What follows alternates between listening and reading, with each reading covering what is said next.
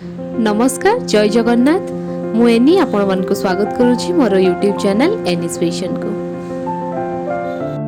तो आज आम बनइबा प्रत्येक ओडिया को पसंद रसावली जेटा बनइबा पई जेते सहज खाया पई सेते स्वादिष्ट मध्य।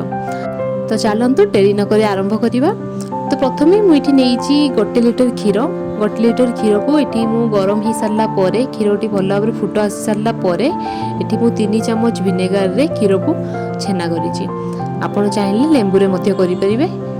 देखंतु क्षीर रु पानी पूरा अलगा ही सारिछि, छेना भी हमर भल भाबरे ही सारिछि। ताको हमें कोन करबा ना गोटे सफा कना रे छांकी नबा। छांकी सारला परे ताको हमें कोन करबा ना नॉर्मल पानी रे भल भाबरे धुई दबा, जहा फल कि विनेगार किंबा लेंबू रो जो खट्टा टेस्ट थिबो सेटा भल भाबरे धुई ही जिवो।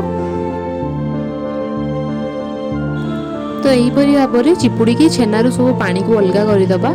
ताको किछ समय पई रेस्ट करिया पई छाडी दबा, जहा फल कि तार जति पानी थिबो से भल भाबरे बाहरी जिवो। देखंतु छेना पे भल भाबरे ठंडा ही सारिछि। ताको गोटे बड़ जागा रे नबा।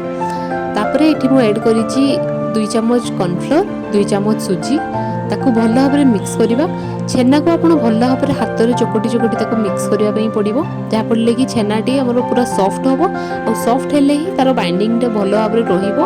आपण तेल रे छेना बॉल को पकेइले छेनाटा फिटी जीवनी। छेना को चकुटियो समय रे ध्यान रखिबे जेमिति तार खदड़ा अंश बिल्कुल भी रहिबनी। छेनाटी बिल्कुल पूरा प्लेन रहिबा दरकार।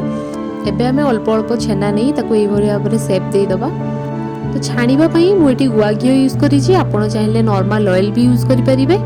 गुआ घियो रे तार टेस्ट के बेसी भलो आसीबो बोली मु गुआ घियो यूज करिछि।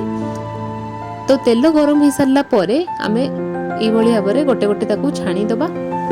छाणीबा समय रे आपण एटा ध्यान रखिबे कि तेल अतिरिक्त गरम भी न होइतिबा दरकार, जहा फल रे कि बाहर नहले कुक हेइतिबो भीतरटी कंचा रहितिबो।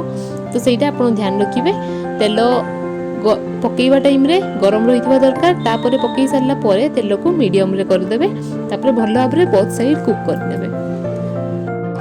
तापरे आ गोटे कढ़ाई रे मु नेइछि 1 लिटर क्षीर। ता सहित एठी मु 1 कप चीनी यूज करिछि। आपण मीठा आपण को हिसाब रे करि परिबे। तापरे मु एठी पकेइछि 2टी गुजराती। गुजराती रो टेस्ट भी बहुत भलो आसीबो।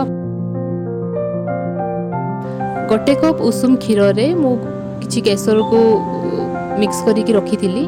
तो ताको हमें एबे ऐड करि देबा। क्षीर को एबे मीडियम फ्लेम रे किछ समय फुटिबा पई छाडी देबा। मझिर मझिर आपण क्षीर को देखुथिबे, नहले तळी लागि जिवार भी बहुत चांसेस रहिछि। तो आपण देखि परथिबे क्षीर रो थिकनेस को टाइप रो रहिछि, ना बेसी बहलिया ना बेसी पतळा। तो एई समय रे हमें कोन करबा ना छाणी की रखिथिबा छेना पिठा को ताको ऐड कर देबा। ताको मध्य किछ समय फुटिया पई छाडी देबा, जहा फल रे कि क्षीर अंश पिठा मध्य रे जिवो। आउ सेटा भल भाबरे सेटा सॉक करि सारला परे तार सॉफ्टनेस आसीबो। तो एबे रसावली को प्लेट को बाहर कर सारला परे गार्निशिंग पई मु एठी ऐड करिछि पिस्ता। आपण देखि पारुथिबे केते सुंदर देखाउछि। टेस्ट रे मध्ये बहुत बढ़िया थिला। वीडियो टी को शेष पर्यंत देखिथिबारु धन्यवाद। लाइक शेयर सब्सक्राइब करिया पई जमा भूलिबेनी। देखा हबो नेक्स्ट वीडियो रे।